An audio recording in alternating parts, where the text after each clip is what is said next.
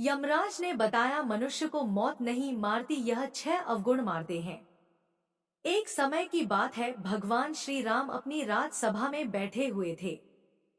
तभी वहां पर एक सेवक ने आकर बताया कि आपके पिता तुल्य बूढ़े मंत्री सुमंत की मृत्यु हो गई है। उनकी पत्नी सती होने के लिए आपकी आज्ञा चाहती है।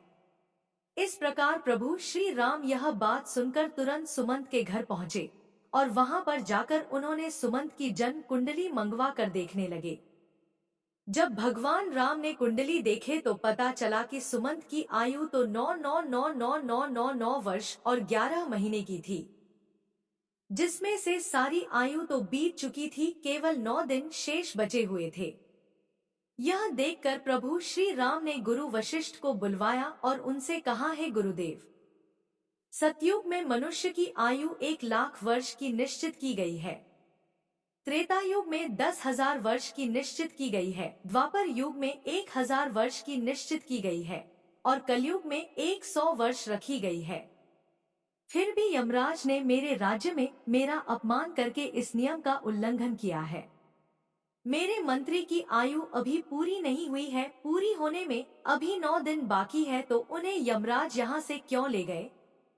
मैं भी यमराज को बांध कर ले आऊंगा और सुमंत को जीवित करवाऊंगा।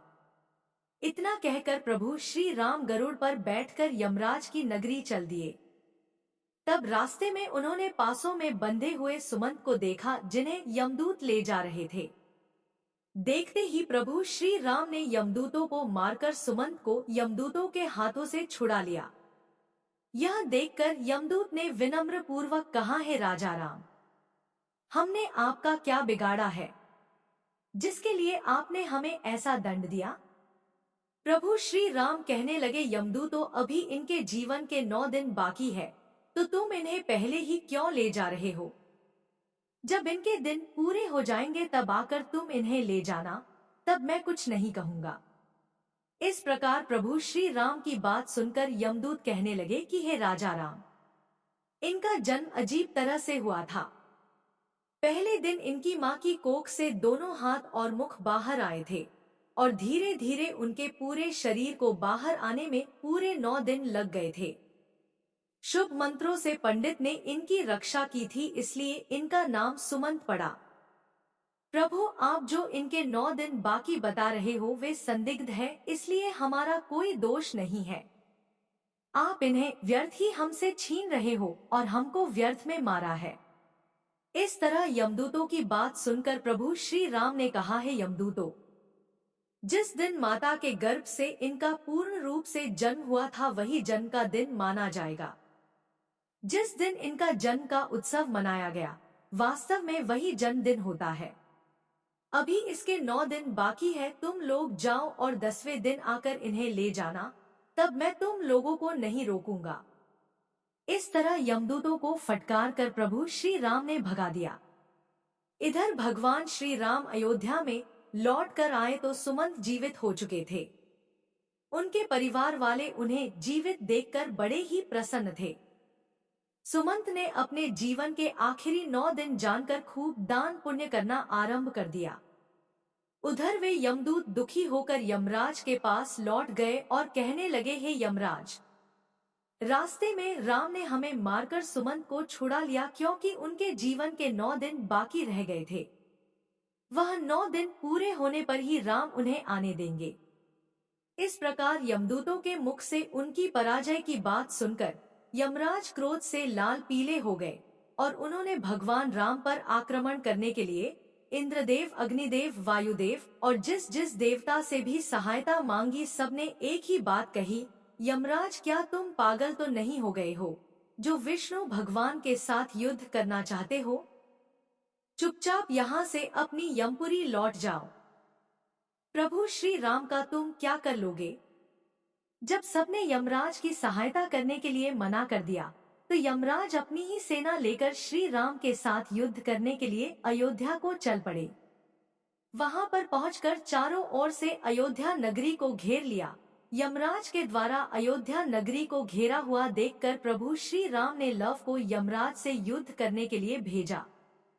भगवान राम के छोटे पुत्र लव और यमराज के बीच भयंकर युद्ध होने लगा। लव के बाणों से यमराज के सभी योद्धा क्षण मात्र में ही धराशायी हो गए। उन सबकी यह हालत देखकर यमराज और भी ज्यादा क्रोधित हो उठे।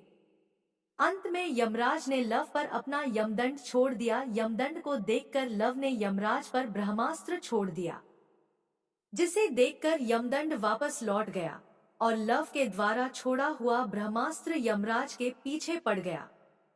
ब्रह्मास्त्र को देखकर यमराज प्राण बचाने के लिए भागने लगे।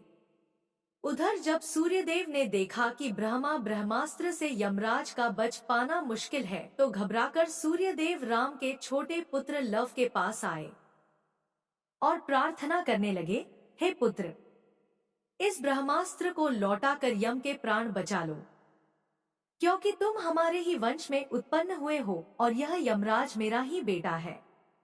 क्या तुम अपने पूर्वज यमराज को मार डालना चाहते हो? इस प्रकार सूर्यदेव के निवेदन पर लव ने ब्रह्मास्त्र को लौटा लिया।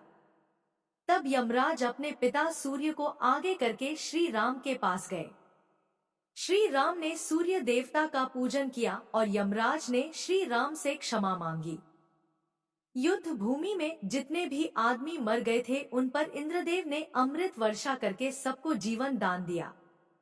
उसके बाद श्री राम ने यमराज से कहा कि जब तक मैं अयोध्या नगरी पर शासन कर रहा हूँ, तब तक तुम उन्हीं मनुष्यों को अपने लोक में ले जा सकते हो जिनकी आयु पूर्ण हो चुकी है। उसी दिन से भगवान राम ने पूरी पृथ्वी पर यह घोषणा करवा दी कि आज के बाद कोई मनुष्य अपने नित्य कर्म को ना छोड़े, ब्राह्मणों का कोई अपमान ना करे, किसी के साथ द्वेष भाव ना रखें, कोई किसी के धन को ना चुराए और अगर धन चुराए तो उसे दंड मिलेगा, दुराचार को कड़ा दंड दिया जाएगा। धर्म कर्म सदा होता रहे। यदि किसी की अकाल मृत्यु हो तो तुरंत हमारे पास लेकर आए, उसे तुरंत जीवित किया जाएगा। यमराज को भगवान श्री राम ने यह सख्त निर्देश दिया था कि हमारे राज्य में कभी भी किसी की अकाल मृत्यु नहीं होनी चाहिए। तब यमराज ने कहा है, प्रभु, मैं तो वैसे भी किसी को नहीं मारता हूँ। सब अपने कर्मों से ही जन्म और मृत्यु पाते हैं। मैं तो निमित्त मात्र हूँ। आयु पूर्ण होने पर मिलने वाली मृत्यु और अकाल मृत्यु का प्राणी स्वयं ही कारण होता है। इसमें किसी का कोई दोष नहीं होता है। मुझे तो आपने माध्यम बनाकर जो जिम्मेदारी सौंपी है, मैं तो उसी का पालन कर रहा हूँ। जन्म देने वाले और मारने वाले तो आप ही हैं। आपके द्वारा निश्चित किए गए समयावधि में से मैं तो किसी के जीवन में एक क्षण ना ही घटा सकता हूँ और ना बढ़ा सकता हूँ। यह तो आपके हाथ में है प्रभु। आप चाहे तो मृत्यु का समय पूरा होने के बाद भी प्राणी को आयु प्रदान कर सकते हैं। आप चाहे तो उसे समय से पहले भी मृत्यु प्रदान कर सकते हैं। आप चाहे तो ब्रह्मा के लिखे हुए लेख को भी बदल सकते हैं और आपने यह किया भी है।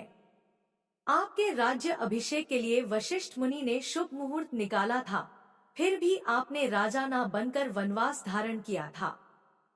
सब कुछ आपकी इच्छा के अनुरूप ही होता है। सुख दुख, जीवन मरण, लाभ हानि मनुष्यों के स्वयं कर्मों की उपज होती है। यह 6 अवगुण मनुष्य की आयु को क्षीण करती है।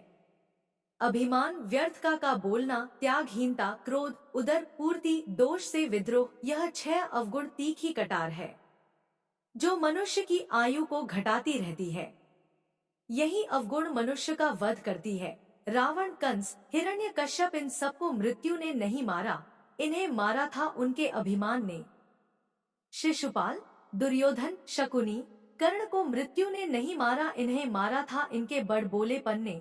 जो दोषों को नहीं त्यागते उनमें लिप्त बना रहता है, उसे उसके दोष ही मृत्यु के समीप पहुंचा देते हैं। क्रोध ऐसा राक्षस है जिसके सर पर बैठ जाए उसकी बुद्धि और विवेक को खा जाता है और क्रोधवश ऐसा कर जाता है जो मृत्यु तक स्वयं ही पहुंच जाता है। मनुष्य खाने के मामले में भी कभी कभी वह इतना गिर जाता है कि अच्छा बुरा कुछ नहीं देखता। जो खाने योग्य वस्तु है उसे भी और ना खाने योग्य वस्तु है उसको भी खा जाता है। तृणा के जहरीले पदार्थों का सेवन करने से अपनी आयु को क्षीण कर डालता है। इसमें मृत्यु का क्या दोष है? दोस्त के साथ जो बुरा बर्ताव करता है, उसे धोखा देता है, उसे अपमानित करता है, वह भी मौत से नहीं अपने ओछे कर्मों से मरता है। प्रभु श्री राम को प्रणाम करके यमराज अपनी यमपुरी लौट गए। वीडियो अगर पसंद आया हो तो वीडियो को लाइक और हमारे चैनल हमारा सनातन धर्म को सब्सक्राइब करें और अपने दोस्तों के साथ शेयर करें।